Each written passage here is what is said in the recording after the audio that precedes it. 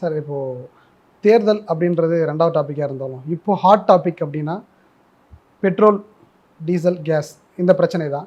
மத்திய கிழக்கில் நடக்கக்கூடிய போராட்டம் வந்து இன்றைக்கி நம்ம வீட்டு வாசல் வரைக்கும் வந்துருச்சு.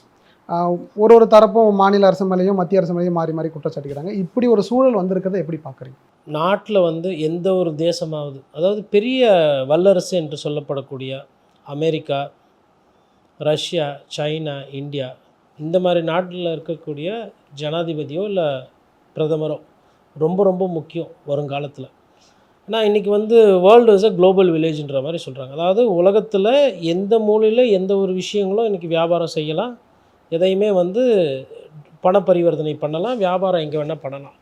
உதாரணத்துக்கு நீங்கள் இப்போ வந்து மதுரையில் காலையில் மல்லிகைப்பூவை வந்து அறுவடை செய்கிறீங்கன்னா அதை வந்து ஒரு 48 மணி நேரத்தில் வேறு ஊருக்கு போகலாம்.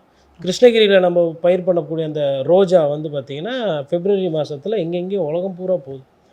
அப்போ ஒரு சின்ன பூவிலேருந்து ஆரம்பித்து வந்து உங்களுக்கு வந்து உணவு தானியங்கள் ஆகட்டும், இல்லை இரும்பு, தங்கம் அந்த மாதிரி பொருட்கள்லேருந்து எண்ணெய், கச்சா எண்ணெய் இதெல்லாம் வந்து சர்வதேச பொருள் இன்றைக்கி. அப்போது ஒரு முக்கியமான நாடில் ஒரு அரசியல் ஆளுமை தெளிவற்ற தன்மை இருப்பார். இப்போ ட்ரம்ப் மாதிரி எதுக்கு சுற்றி வளைச்சி பேசு, ட்ரம்ப் மாதிரி ஒருத்தரை குறுகிய பார்வையில் சிந்திக்கக்கூடிய அரசியல் தெளிவில்லாமல் உலக மக்களினுடைய நன்மை பயக்காத ஒருத்தரை நீங்கள் ஓட்டு போட்டு ஜெயிக்க வச்சிங்கன்னா மொத்த உலகமும் கஷ்டப்படும் அப்படின்றதுக்கு ட்ரம்ப் தான் உதாரணம்.